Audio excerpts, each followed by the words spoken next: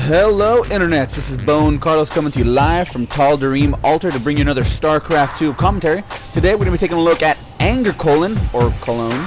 Spawning as the red Protoss. His opponent is going to be none other than Bazooka, not of the Joe variety, but just good old plain old-fashioned Bazooka spawning as the blue Zerg. Now again, Tal'Darim Altar, it is a very large map. Very easy to secure natural expansion with a wide ramp at the main entrance, and it does have another backdoor entrance with leading up to your third base. Destructible rocks do block that off, of course, and another wide ramp up to that area. So nothing too crazy about it, except the fact that it is very huge. So after you do take your third base, the natural fourth, quote unquote, would be this one right over here. But since the map is so huge, you can generally take anything anywhere across the map. Since they are spawning close, quote unquote, quarters by ground and air, if ANGERCOLON decided to take this base, it wouldn't be too crazy. Just expanding here, and then just going off into these directions. The map is large enough to allow something of that nature. And we already see ANGERCOLON putting down a pylon at the front, more than likely doing some sort of fast expand of the forge variety, but this pylon is in a bit of an awkward situation in a spot, since the field is going to go off into this area, and normally you want to build your forge here. Another pylon here, maybe a pylon here at the extremes, while building your wall off there. So maybe he has a specific wall off in mind, while he's gonna go ahead and try to do the sensible thing by blocking the natural expansion of ANGERCOLON. And these Zergs hate it when you do this. So whenever you get a chance as Protoss, or really as Terran, putting down an engineering bay to block off that natural expansion, do so whenever possible. Zergies hate it when you do that. We see that Bazooka is just going around the map, taking this third. So his expansion is going to be his natural fourth expansion. So very interesting play by Bazooka, and looks like ANGERCOLON is saving up, so going Nexus first, since his map is so large. He's just going to go ahead and feel safe in doing so, especially since he blocked off that natural expansion, and the spawning pool is extremely late, but I don't even think he's scouted that off yet. So very interesting choice by ANGERCOLON. He feels very safe in doing so. There goes that forge, more than likely going to put down a gateway here, or maybe put it over here, while finishing it off with pylons across the middle. The Overlord is going to scout and see exactly what's going on in ANGERCOLON's base, which is exactly nothing, since no assimilators are up quite yet. A gateway does go down, so gateway goes down at the natural ramp area. So a very interesting wall off going on, and something that might work. Especially if Bazooka wasn't going for a bailing bus. But this is quite susceptible to a bailing bus, since you have to cover such a wide area of attack for a couple of sentries that you have up before bailings start getting into your base. This pylon is still up. Finally, those 4 Zerglings are going to pop, but too little, too late. He looks like Bazooka was supply blocked for quite some time, and this pylon is going to stay up for a very long time.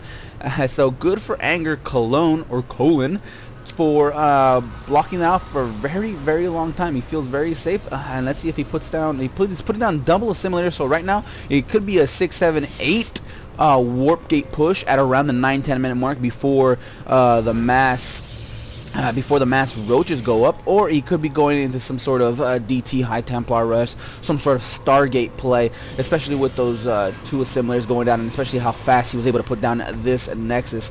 Nothing being used out of that forge just yet. A cybernetics core is going down, and along with the photon cannon. Back in Bazooka's base, his queen finally does pop, but no vomitage of a larva just yet, putting down his drones on that extractor. Finally gets his natural expansion up. His fourth base is up and running somewhat. He does have a larva coming in on that side, but still nothing else too crazy just yet. He's going to go ahead and send his lings over to destroy these destructible rocks, but aside from the initial scout with that original Overlord, nothing else can be gleaned except a double photon cannon. So already has 1 kill for its name, researching +1 attack, along with a zealot or 2. And it looks like he's going to go ahead and put down, see what else he finishes it off with this. He's going to go ahead and put down another gateway, and it looks like the wall off is complete. Back end expansion, he's going to 2 more assimilators, So very interesting play by him, and it looks like he completed that wall off completely. So to be able to get his army out of here, he's going to need to destroy this pylon or maybe this forge. Basically, going to need to destroy one of his buildings to do so. So this just tells me he's just going to go ahead and gear up to some sort of quote-unquote two-base all-in, and I'm just not a fan of all-ins, because if you do enough damage to with your quote-unquote all-in, is it really an all-in at that point? If you win the game or just do enough economic or damage to your opponent that the game continues, at that point it's not really an all-in. It looks like Bazooka finally is putting down his Roach Warren. Where did he put that sneaky little thing? Right there. Looks like he's building up his Roach Warren. Already has an evolution chamber up, not utilizing just yet, but I believe this evolution chamber is just a bit too early, especially for a 12-minute max Roach army. You want to be able to put down 2 minutes. I think it's at around the 9-minute mark, so they pop at the 10 or so, and you have your double upgrades at the 12. But looks like double Stargate play by ANGERCOLON or Cologne, and his robotics facility is going down, so a bit of a cheeky play, a little bit of a cheeky shenanigans by him. More than likely this robotics facility is going to be put up for his observer, while the main damage is going to be done by this Stargate. And this Stargate is a little bit late, but he did fortify his forward positionings and forward defenses before putting them down. So he's going to be able to churn out either those Void Rays, those Phoenixes. I'm partial to Phoenix play, and Phoenix Harass taking out these Overlords that are just hanging around outside of the map, and picking off any units that are just hanging out and going immediately for the queens, especially with I would say 3 or 4 Phoenixes. And on such a big map, you can pretty much you're safe to bet that your Zerg opponent is going to be spreading his Overlords around all over the map. But it looks like Anger's going for Void Rays, and along the same path, he's going to go ahead and put up a Warp Prism. So Void Ray Harass with some drops. Cheeky, great play by Anger. I'm excited to see exactly what he does. Hopefully he does some double-pronged attack while doing a drop warp in here, attacking with his Void Rays here. And if he knows about this base, nope, he doesn't know anything aside from his first initial scout. These Zerglings are just running around the map, making sure there isn't any extra bases up by Anger. The +1 attack is already done. +1 armor upgrade is going to go ahead and be coming on the way. No air upgrades just yet, so these 2 Void Rays are going to push in immediately into the natural expansion of Bazooka. So while this is happening, I expect to see some sort of Warp Prism. The Warp Prism is done. Not sure exactly where that went. Okay, went ahead and picked up those 4 Zealots, and I'm not sure exactly where he's going to drop it yet. It looks like he's going to drop it into the main base, but these Void Rays are definitely gearing up to attack the main base of Bazooka, while the Warp Prism is just hanging around here just for the moment. Looks like he's waiting for 2 more Void Rays to pop to join up with the original 2, and the Warp Prism are actually going to go ahead and join up